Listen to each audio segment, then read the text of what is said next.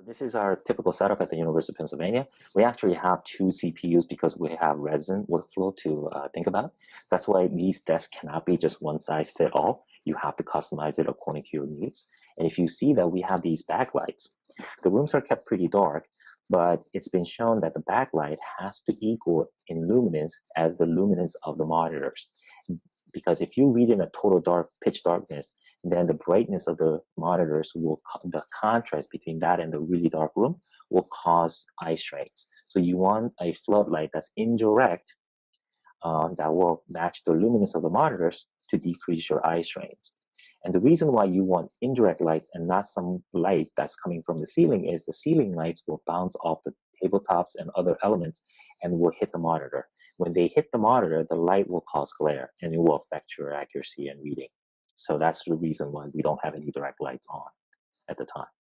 And we also have these easy handles that can allow you to control the monitor distance easily. And you can see that we don't have separate keyboard trays or mouse trays.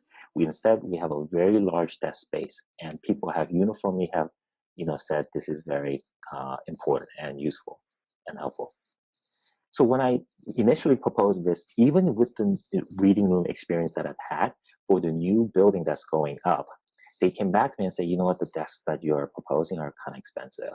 So I'm going to show you an alternative, which are much, much cheaper. So one of the architects sent me a picture and said, would you like to come and see the desk? And I said, I can actually tell everything I need to know right away with this one single picture. This is an actual picture that they sent me.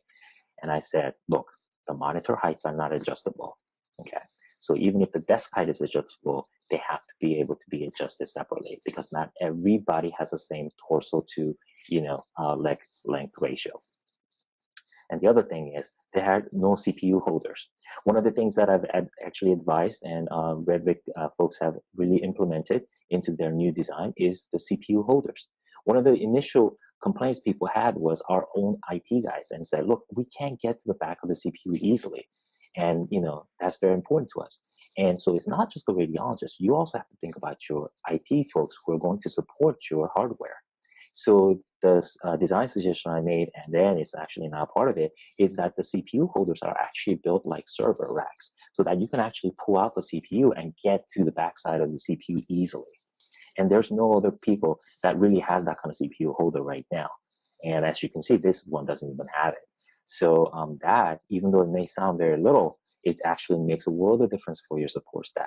And also, wire management is very important. So you cannot just have some wire just dangling down. And some of our workstations that we have that are very different than this will actually have backlighting, as well as that it will have things like USB ports and power strip where it will allow us to easily swipe out the peripherals. Because if one keyboard goes wrong, you want to be able to switch that out very easily without having to alter the other wire management issues.